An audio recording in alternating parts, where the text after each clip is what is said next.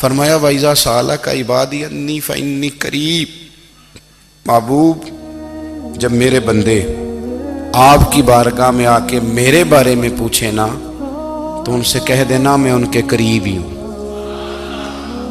قریب ہی ہوں۔ دلیل کیا ہے؟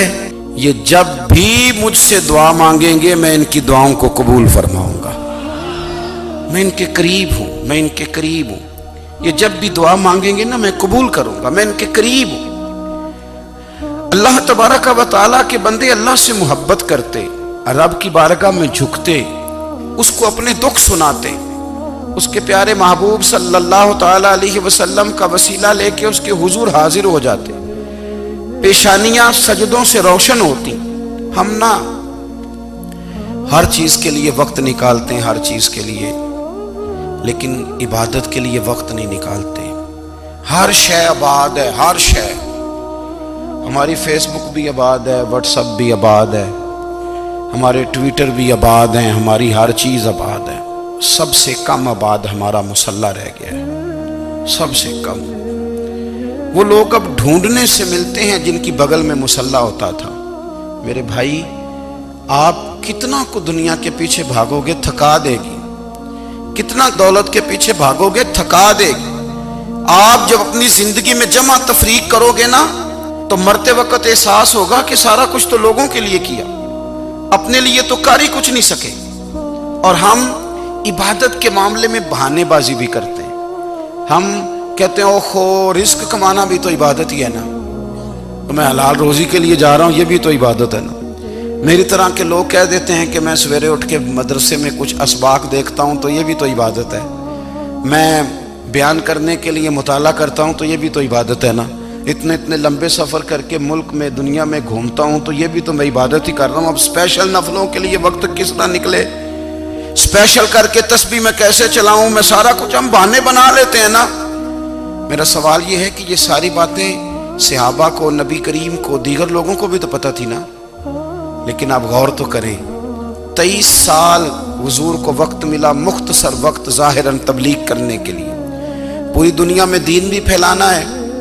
گھر میں 11 ازواج ہے، 4 بیٹیاں ہیں، ان کی اولادیں، سارے کام کاج بھی دیکھنے، لیکن سیدہ طیبہ طاہرہ حضرت عائشہ صدیقہ رضی اللہ تعالیٰ عنہ فرماتی ہیں سارا دن تبلیغ کرتے، ہر غلام کے دکھ سنتے، گھر میں آتے تو اپنے گھر والوں کا خیال کرتے، کام میں ہمارا ہاتھ بٹاتے۔ قربان جاؤں، کہتی ہیں زمانہ سارا سو جاتا لیکن آمنہ کے لال مصلی بچھا لیتے۔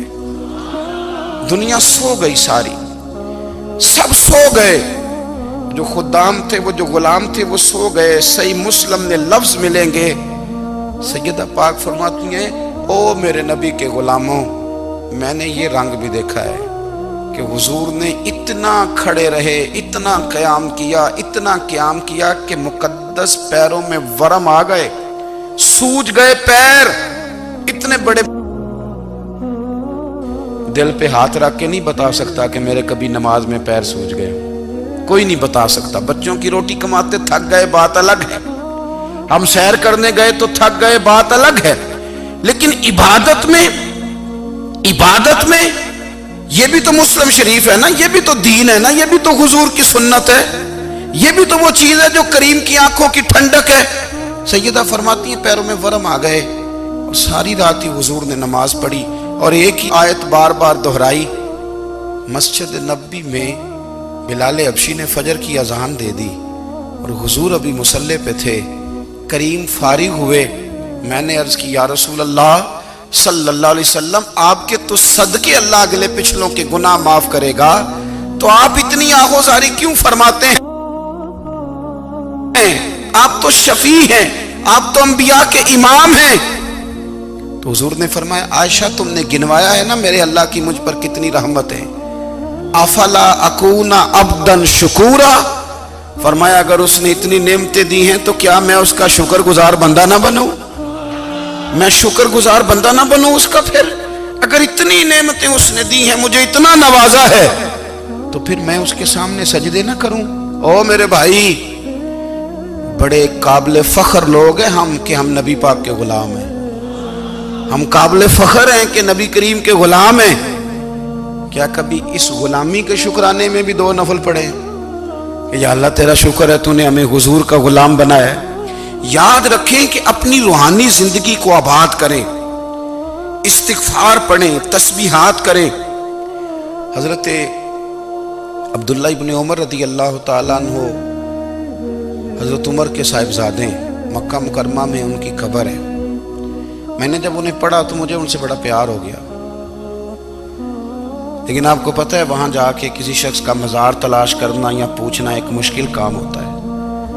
تو ایک دفعہ میں مکہ شریف میں حاضر تھا، تو ایک گاڑی والا ڈرائیور مجھے کہنے لگا کہ مولانا میں آپ کو جانتا ہوں، مجھے آپ سے محبت ہے، ایک بات بتاؤں آپ کو؟ میں نے کہا بتاؤ۔ کہنے لگے حضرت عبداللہ ابن عمر کی قبر دیکھنی ہے۔ میں نے کہا یہ تو نہیں کہہ رہا، یہ کسی نے بندوبست کرایا ہے، یہ اللہ نے تیرے دل میں بات ڈالی ہے، یہ ہو گیا تو لے چل مجھے۔ حضرت عبداللہ ابن عمر کو نبی پاک نے فرمایا تھا راجل صالح، یہ نیک بندہ ہے، یہ متقی آدمی۔ حضرت عبداللہ ابن عمر رضی اللہ تعالیٰ عنہ سیدنا فاروق اعظم رضی اللہ تعالیٰ عنہ کے صاحبزادے ہیں، اور ان کی ہمشیرہ سیدہ حفصہ رضی اللہ تعالیٰ عنہ حضور کی زوجہ محترمہ ہے۔ ایک دن اپنی ہمشیرہ سے کہنے لگے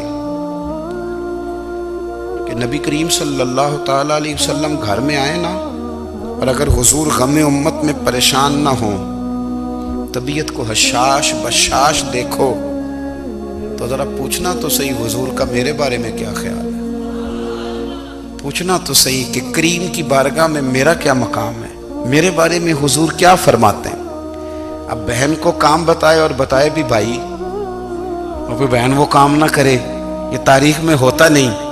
حضرت عمر فاروق رضی اللہ تعالیٰ عنہ کی صاحبزادی ام المومنین رضی اللہ تعالیٰ عنہ فرماتی ہیں کہ میں تو بس منتظر تھی، انہوں نے تو کہا تھا نا کہ اگر تم حشاش بشاش دیکھو تو بات کرنا، لیکن حضور تشریف لائے، میری باری تھی، میرے گھر تشریف لائے، کھانا پیش کیا تو فوراً میں نے عرض کی حضور ایک بات پوچھنی تھی۔ تو حضور نے فرمایا پوچھئے۔ میں نے عرض کی حضور میرے بھائی عبداللہ ابن عمر کے بارے میں آپ کا کیا خیال ہے؟ نوجوانوں میری بات پہ غور کرنا، میرے بھائی کے بارے میں آپ کا کیا خیال ہے؟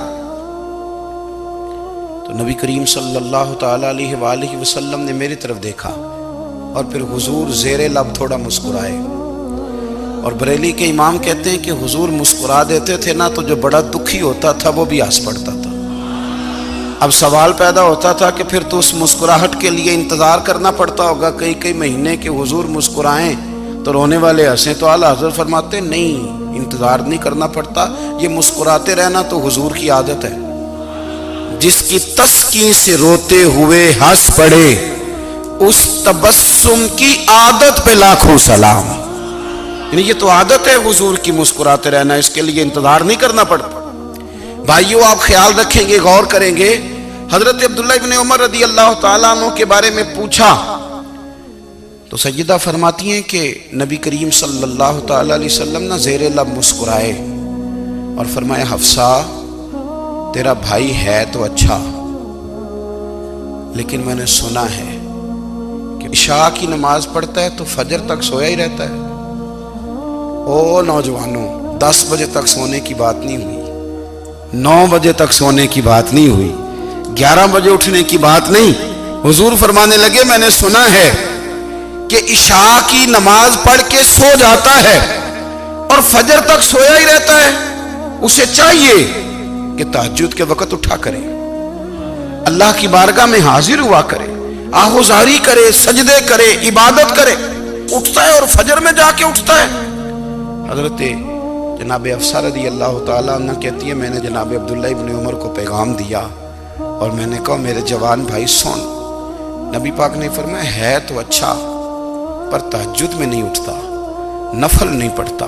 او میری ملت کے جوانوں، مزہ نہیں آ جاتا جب ساری دنیا سوئی ہو، ساری دنیا، اور بستر بھی گرم ہو اور نیند بھی پورا غلبہ کر رہی ہو، اور اچانک گھنٹی بجے دماغ میں، آنکھ کھلے، گھڑی پہ نظر پڑے، 3:30 4 بجے کا پیغام گھڑی بتائے، اور کوئی چڑھتی جوانی والا اٹھ کے وضو کرے، اور جب وہ مصلی کھول کے بچھائے تو مدینے والے محبوب کہتے ہیں کہ ہر نماز پہ رب ثواب دیتا ہے، اور جو اٹھ کے تہجد کی نماز پڑھے اسے دیکھ کے تو رب مسکراتا ہے، جو اس کی شان کے لائق ہے، جو اس کی شان کے لائق، وہ مسکراتا ہے، خوش ہوتا ہے کہ میرا بندہ تہجد میں اٹھ گیا، وہ مسکراتا ہے۔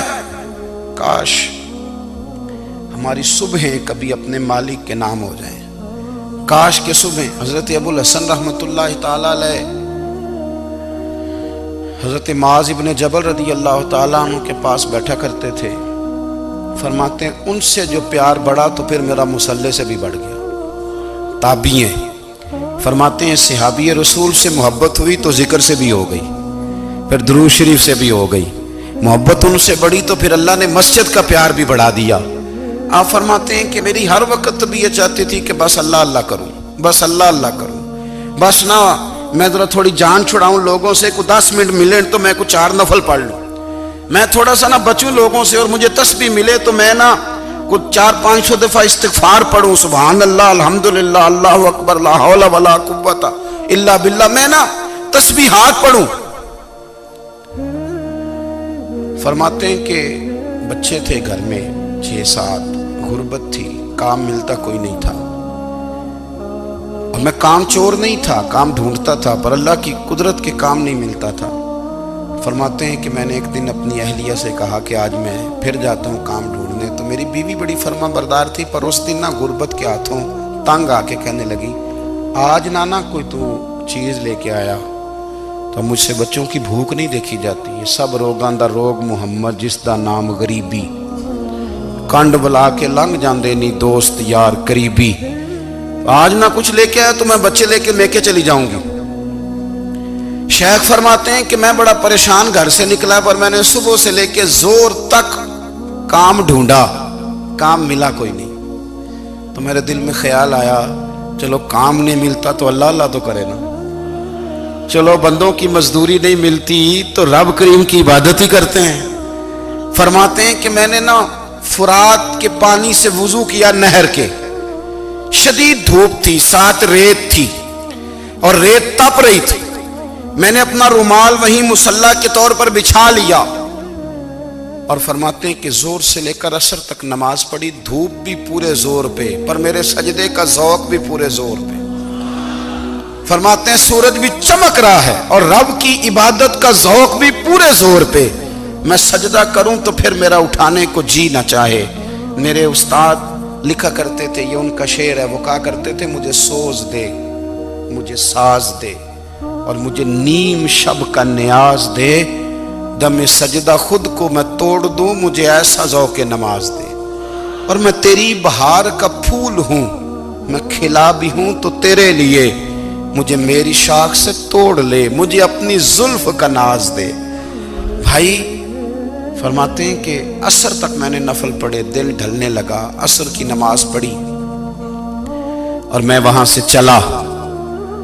اب میں جب نکلنے لگا تو دل میں خیال آیا کہ چھوٹی چھوٹی دیواریں ہیں گھر کی، بغیر کچھ لیے جاؤں گا تو بیوی دور سے دیکھے گی تو شور کرے گی کہ پھر خالی ہاتھ آ گیا ہے۔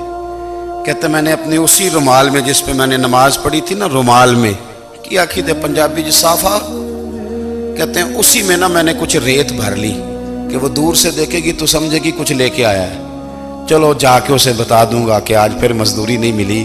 کہتے ہیں وہ ریت لے کر جب میں گھر میں گیا تو پہلے بیوی دروازے پہ کھڑی ہوتی تھی، پوچھتی تھی خالی ہاتھ آ گئے ہو؟ آج میں نے دیکھا تو ہے ہی کوئی نہیں۔ فرماتے ہیں میں اندر داخل ہوا، سلام لیے، کونے میں نے وہ رومال رکھ دیا اور میں نے آواز دی کہ بھلی مانس کہاں ہو؟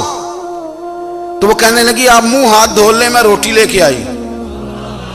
میں نے کہا روٹی کہاں سے آ گئی؟ یہاں تو کئی دنوں کے فاقے، تو کئی دنوں کی غربت ہے، یہاں تو اس گھر میں تو فقیری ہے۔ فرماتے ہیں کہ وہ روٹی لے کے آئی اور اس وقت کی جو موجودہ نعمتیں تھیں، سمجھ لیں سلاد، اچار، ہر چیز ساتھ لائی۔ میں نے کہا کہ بچے کہاں گئے؟ کہنے لگی وہ کھانا کھا کے کھیلنے گئے، آپ کھانا کھا لیں آ جاتے۔ کھانا اس نے چن دیا۔ میں نے حیرت انگیز لہجے میں ساری نعمتیں اپنے دسترخوان پہ دیکھ کر کے بیوی سے پوچھا یہ کہاں سے آیا کھانا؟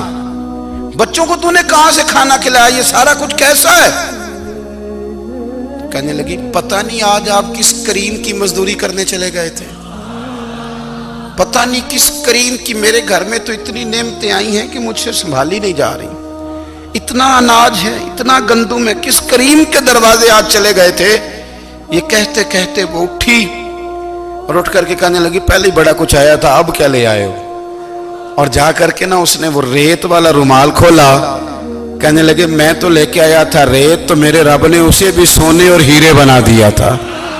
جب آپ کی توجہ اللہ کی جانب، میرے نبی پاک صلی اللہ تعالی علیہ وسلم نے فرمایا ہر چیز اپنے رب سے مانگ، ہر چیز مانگ، ہر چیز مانگ۔ یا رسول اللہ کیا کچھ؟ میرے محبوب نے فرمایا تیرے گھر میں نمک بھی ختم ہو جائے تو وہ بھی اپنے رب سے مانگا کر، تو مانگنا وہ تجھے دے گا، تو اس کی بارگاہ میں کشکول طلب دراز تو کرنا۔ اور ترمذی شریف میں عجیب لفظ ہے، رسول کائنات نے فرمایا، رب کریم فرماتا ہے جب میرا بندہ ہاتھ اٹھاتا ہے نا تو مجھے حیا آتی ہے کہ میں خالی کیسے لوٹا دوں اس کے۔ اتنے بڑے بادشاہ کی بارگاہ میں دعا کی بڑی طاقت ہے۔ میرے نبی پاک نے فرمایا دعا مومن کا ہتھیار ہے، دعا مومن کا، دعا مومن کا۔ حضور نے فرمایا تقدیر کو سوائے دعا کے کوئی چیز نہیں بدل سکتی۔